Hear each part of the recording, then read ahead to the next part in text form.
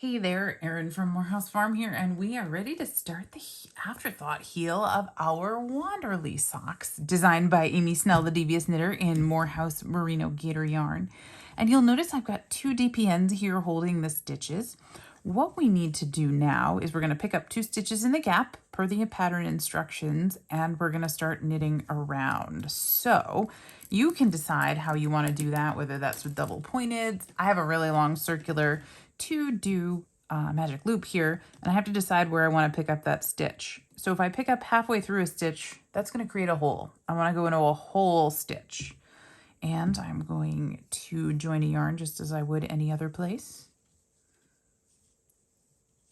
That's my stitch as I am picking up and knitting at the same time.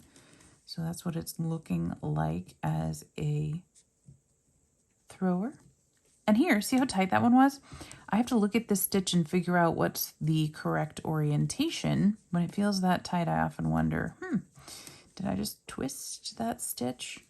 But also keep in mind, I'm starting here on the top side of the sock, and that means these stitches are actually in the other direction because these are toe-up socks. So I'm knitting upside down at the moment. But that's the really cool thing about the afterthought method, whether you're doing a heel or a thumb, you name it. You can have live stitches on both ends. And that's going to make it so much easier to add that heel. So we're just knitting around here in the first round. And again, if that seems really tight, let's investigate and figure out why. May need a little untwisting. Or you may find that you just need to put the needle in the hole in the right direction so that you don't twist it.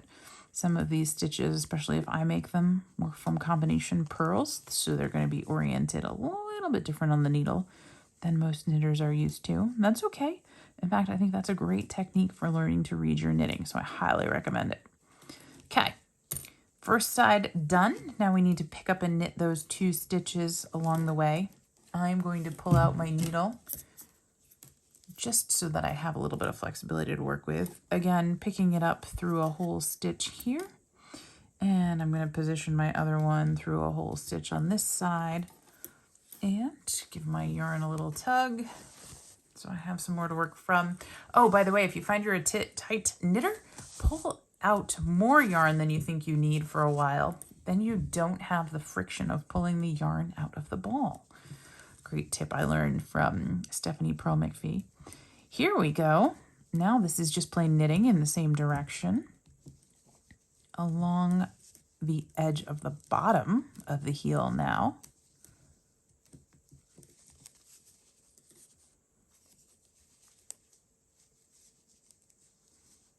And knitting right across. And remember, we only picked up 1 stitch, so I need to do that 1 more.